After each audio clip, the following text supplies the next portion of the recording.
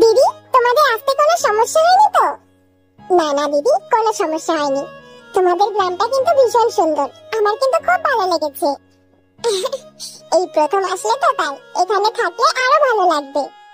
পেছন থেকে গংমিও নামজুনকে ডাক দেয়। নামজুন গংমিওর কাছে চলে যায়।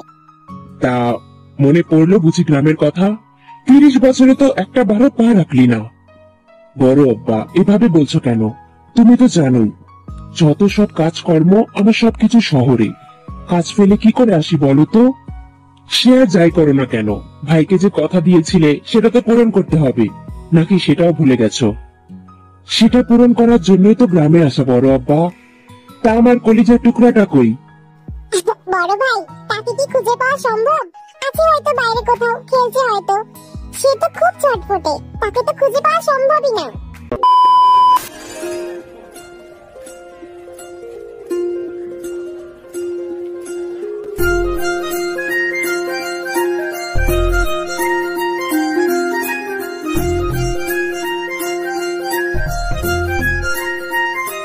Wow, what a place!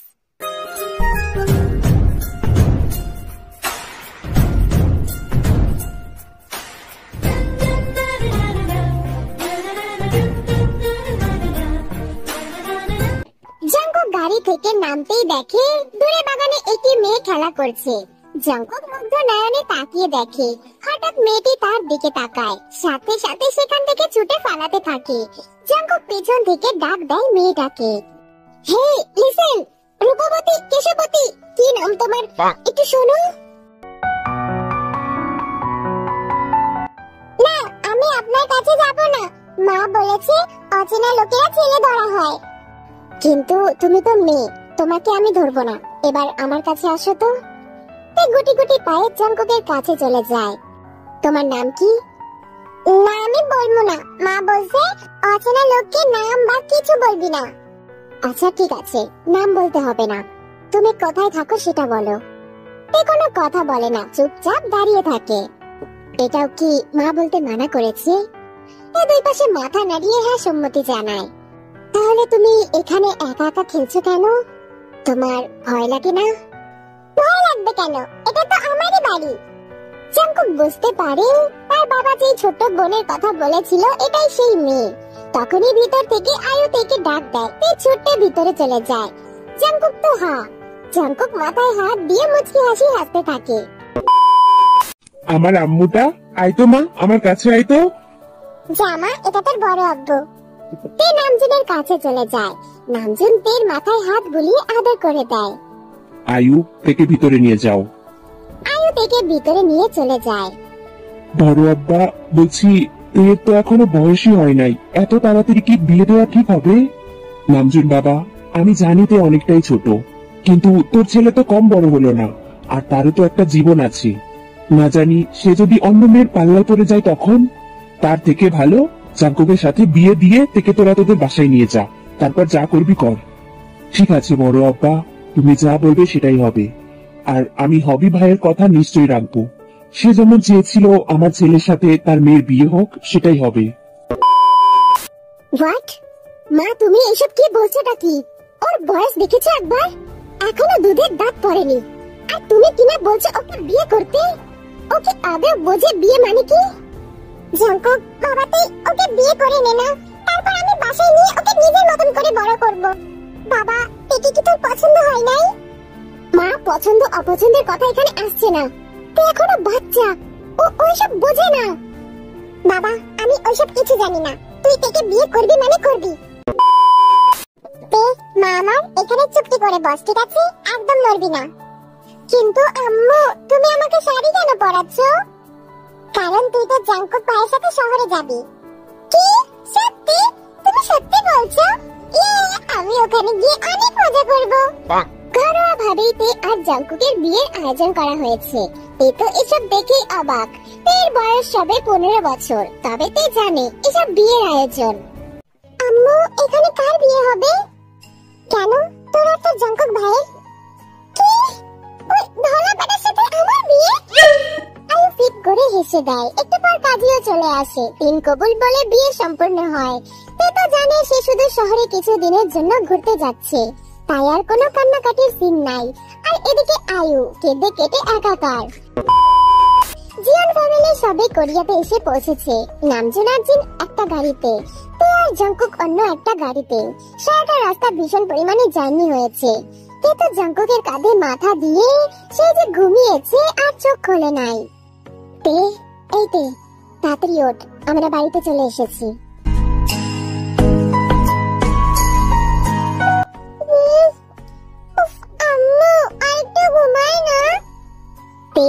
তাড়াতাড়ি উঠতে বললাম তো, তাড়াতাড়ি ওঠ।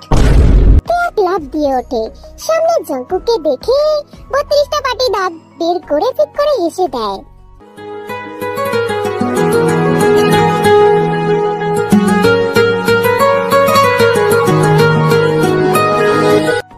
হ্যাঁ, এটা তোমার বাসা ভাইয়া? আর এখন থেকে তোরও। কি, আমারও? এখন চল, ফ্রেশ হয়ে নিবি। হ্যাঁ চলো।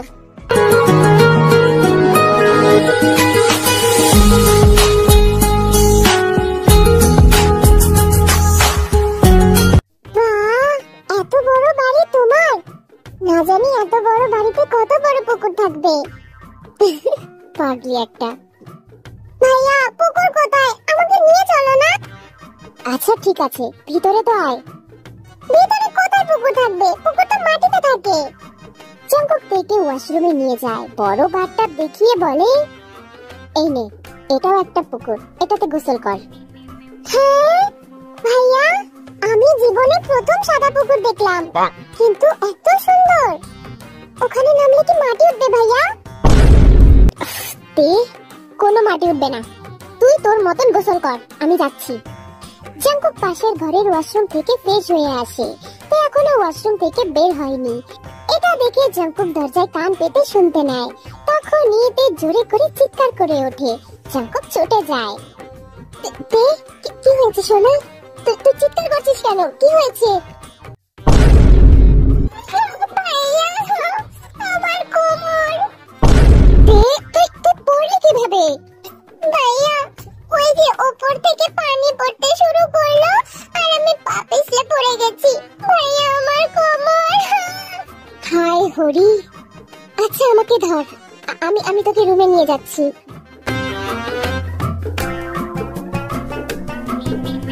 তে, একটু সাবধানে চলবি তো।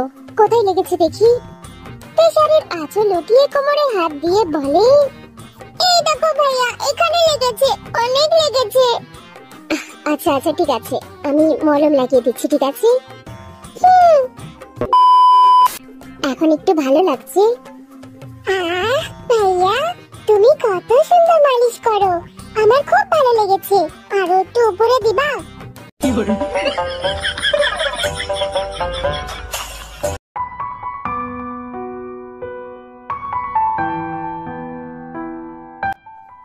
আম্মু আমার, আজ জঙ্কুক যা বলবে সব শুনবি, ঠিক আছে? আর শোন, জঙ্কুক কিন্তু এখন তোর স্বামী, ওর সব কথা শুনবি, বুঝতে পেরেছিস? ঠিক আছে। তুমি আমার কি হও বলো তো? আম্মু, আম্মু বলে ডাকবি। কি আম্মু? কিন্তু আমার তো একটা আম্মু আছে। আমিও তোর আরেকটা আম্মু, ঠিক আছে? ঠিক আছে আম্মু। যা এখন ঘরে যা, একটু পরেই তো জঙ্কুক চলে আসবে।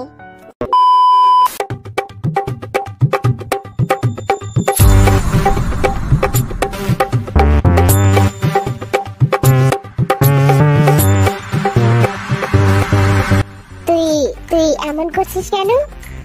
আম্মু বললো তুমি ঘরে ঢুকলে তোমাকে দেখে লজ্জা পেতে, তাই আমি লজ্জা পাচ্ছি। আমাকে দেখে তোর কোনো লজ্জা পেতে হবে না, ঠিক আছে? তুই ঘুমটা খোল। ভাইয়া তুমি রাগ করছো কেন বলো তো? আমি তো তোমাকে দেখে শুধু লজ্জাই পাচ্ছি। আচ্ছা ঠিক আছে, আর করছি না, এখন যা চুপচাপ শুয়ে পড়। কিন্তু কেন? তুমি কি কিছু করবে না আমাকে? কিছু করবো মানে?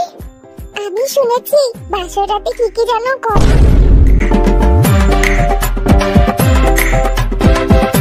আরে বাস, এই মেয়ে তো সব জানে দেখছি। ভাইয়া আমরা করি না। কি করে তুই জানিস? না, শুধু শুনেছি। ভাইয়া তুমি তো জানো, তুমি কি আমাকে শিখিয়ে দাও না? আচ্ছা ঠিক আছে, তুই ভয় পাবি না তো? দূর, কি যে বলো, ভয় আর আমি কোনোদিনও না। ভাইয়া আমরাও করি না, তুমি আমাকে শিখিয়ে দাও, আমি করি। আচ্ছা ঠিক আছে, ব্যথা লাগলে আমাকে বলবি, ঠিক আছে? বলেই জাঙ্কুক তেকে নিয়ে বিছানায় শুয়ে পড়ে। এবারেই তে বলে ওঠে, ভাইয়া এটা কি খেলা? আর কিছু খেলতে হবে? এভাবেই তো খেলে। তুই আমাকে জড়িয়ে ধর, দেখবি আরো ভালো লাগবে। জাঙ্কুক কিস করে, তে নিজের চোখ বন্ধ করে নেয়।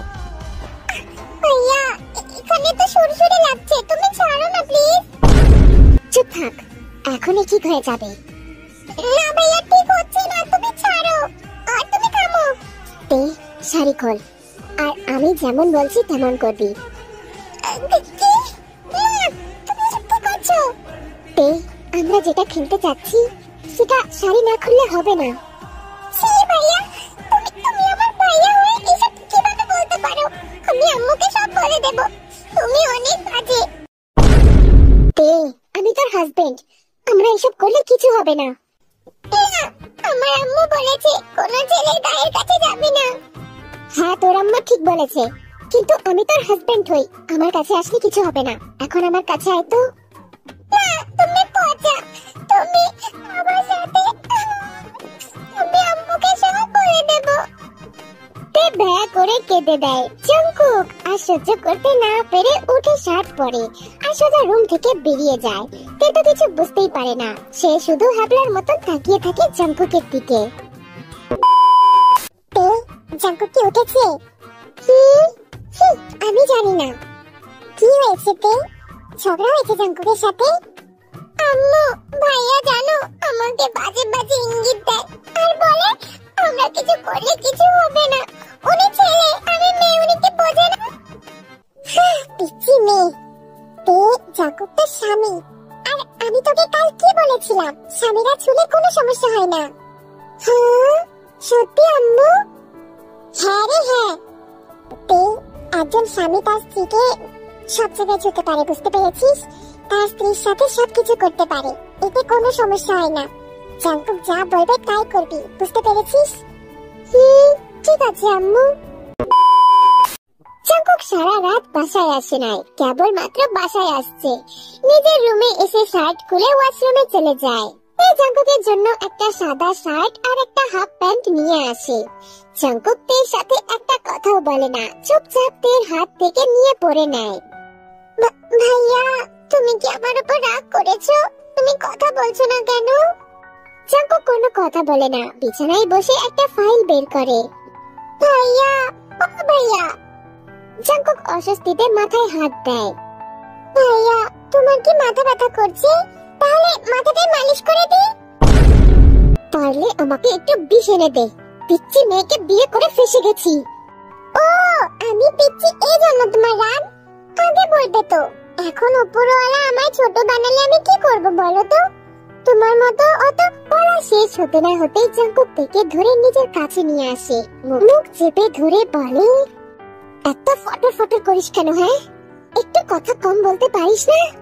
যেদিন ধরবো না সেদিন বিছানা থেকে উঠতে পারবে না। তে মাথা নাড়িয়ে হ্যাঁ সম্মতি জানায়। হ্যাঁ সে জাঙ্কুকের সব কথা শুনবে। নে এখন এখানে বস, আমি তোর কোলে ঘুমাবো। তে আর দ্বিমত করে না, তে বসতেই জাঙ্কুক তের কোলে শুয়ে পড়ে। হা করে তাকিয়ে আছিস কেন? চুলগুলো টেনে দে।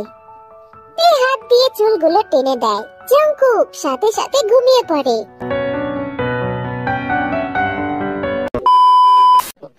এভাবেই কাটছিল পেকুকের সংসার। এই কদিনে জাঙ্কুক একটা বারো থেকে ছোঁয়ার সুযোগ পায় নাই। কাছে গেলেই মাগো বাবাগো বলে চিৎকার করে ওঠে তে। শুধু রাতে একটু জড়িয়ে ধরতে পারে। তে যখন ঘুমিয়ে যায় তখন জাঙ্কুক তেকে জড়িয়ে ধরে শান্তির ঘুম ঘুমায়। সকালে তে ওঠার আগে তার থেকে আবার দূরে সরে যায়। আজ বাড়িতে জাঙ্কুকের বন্ধু বান্ধবীরা এসেছে। জাঙ্কুক বিয়ে করেছে এটা শুনে তার ফ্রেন্ডসরা বউ দেখতে চলে এসেছে। সকালে ড্রয়িং রুমে বসে আছে আর এদিকে জিন তেকে সুন্দর করে সাজিয়ে দিচ্ছে। আম্মু ও আম্মু, ওই মেয়েগুলো কি ভাইয়ার বন্ধু? হ্যাঁ তে, তে মা আমার, তুই কিন্তু খবরদার ওদের সামনে জাঙ্কুককে ভাইয়া বলবি না, ঠিক আছে? কিন্তু কেন? সেসব পরে বুঝিয়ে বলবো, এখন চল দেখি। আরে বাহ জাঙ্কুক, তোর বউ তো দেখছি স্বর্গ থেকে নেমে আসা পরি। আরে ভাবি, দাঁড়িয়ে কেন? এখানে আসুন না, আমাদের পাশে বসুন। তে যখন দাঁড়িয়ে থাকে, জাঙ্কুকের দিকে তাকাতেই দেখে জাঙ্কুক আগের থেকে তার দিকে তাকিয়ে আছে। তে তুমি আমার কাছে আসো, আমার পাশে বসো। আরে বাস ভাই, তুই তো দেখছি আগের থেকে বেশি রোমান্টিক হয়ে গেছিস। আসলে কি বলতো, একটা মাত্র বউ তো, তাই একটু খেয়াল রাখতে হয়। আর তোদের তো আমি হরে হরে চিনি। সকলে বেশ মজা করে। এতক্ষণে তেরও সবার সাথে ভালো মিল হয়ে গেছে। গল্প শেষ হলে তারা আবার সকলে চলে যায় নিজেদের বাড়ি। জানিস তো আমার হাজবেন্ড আমাকে অনেক ভালোবাসে। জানিস আমার জন্য রোজ এক জোড়া করে গোলাপ নিয়ে আসে। আর তোর বর? আচ্ছা জেনি আপু, বররা ভালোবাসলে বুঝি এসব নিয়ে আসে? হ্যাঁ, আর রাতেও তো অনেক ভালোবাসে। কেন, তোর বর বুঝি তোর জন্য এসব করে না? কই না তো। কি বলিস তে? জেনি আপু, তাহলে কি আমার বর আমাকে ভালোবাসে না? আমি জানি না রে তে, আসলে দাদা মানুষ তো, কখন কি চাই বোঝা মুশকিল।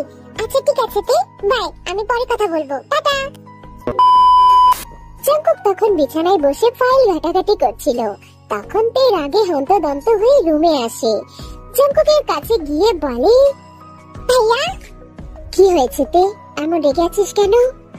ভাইয়া তুমি আমায় ভালোবাসো কিনা সেটা বলো। কি হঠাৎ এমন কথা? বলবোই তো।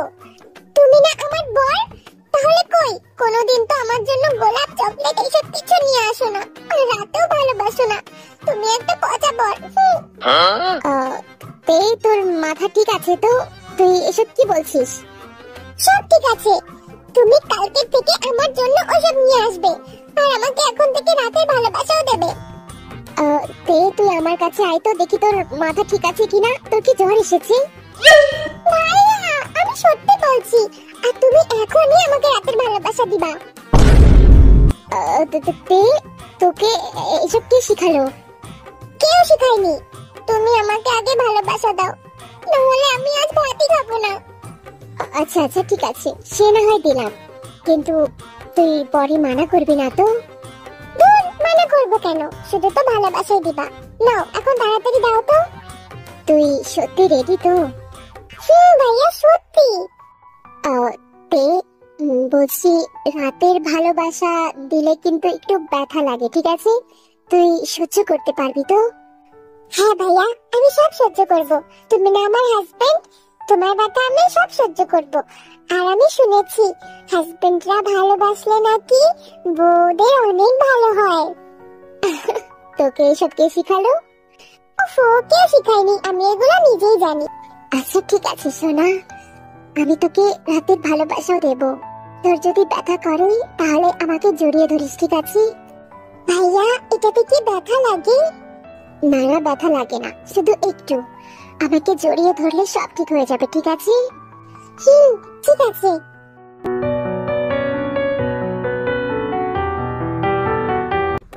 ভাইয়া তুমি শাড়ি সরাচ্ছ কেন? রাতের ভালোবাসা দিতে গেলে শাড়ি সরাতে হয় সোনা। ও ঠিক আছে, তাহলে সরাও। তারপর জাঙ্কুক তার এত দিনের আশা মেটাতে তার ছোট বোনের মধ্যে জাঙ্কুকের ছোট ভাই মিশিয়ে দেয়। যেহেতু প্রথমবার ছিল তাই তার একটু অসুবিধা হচ্ছিল। ভাইয়া এটা কেমন ভালোবাসা, এটা তো কত আগে গেল। সোনা জান আমার, আমাকে জড়িয়ে ধর সোনা, একটু পরে কমে যাবে, ঠিক আছে? কিন্তু সে ব্যথা কি আর কমে? সে ব্যথা তো কমার না, তে তো চট ফটিয়ে শেষ। জাঙ্কুক তের এই অবস্থা আর দেখতে পাচ্ছে না, তাই সে আর কন্টিনিউ করে না, তেকে ছেড়ে দেয়। ধুর পাগলি, কান্না করছিস কেন সোনা? দেখ সব ঠিক হয়ে গেছে, ছেড়ে দিয়েছি আমি। ভাইয়া ওরে গাধি, ভাইয়া না চাইয়া হই তোর, এখন তো ভাইয়া বলা বন্ধ কর। তাহলে কি ডাকবো? কেন জান ডাকবি? ঠিক আছে জান, তুমি অনেক খারাপ, তোমার সাথে কোনো কথা নাই। সোনা, তুই যে কাকে পেয়েছিস তুই নিজেও জানিস না। যার জন্য বেশিরভাগ মেয়েরা শুধু কাঁদে, সে শুধু তোর জন্য পাগল। আচ্ছা, আপনার মধ্যে এমন কি আছে? সেটা নয় ধীরে ধীরে টের পাবি। নেহা, তুই এখনো ছোট, তাই ছুতে না ছুতেই চেক করে উঠিস। আর একটু বড় হ, বুঝতে পারবি জাঙ্কুক কি জিনিস। আপনার মতো দরজালকে আমার দরকার নেই। ভুল করবি সোনা, মনে রাখিস একটা কথা, জাঙ্কুককে হারালে কাটতে হবে আড়ালে। এখন আয় তো, মাঝে একটু ঘুমাতে চাই, আমাকে একটু ঘুমাতে দে। धीरे जज्बों की जो भी हालत है वो समझ लो न बिन कहे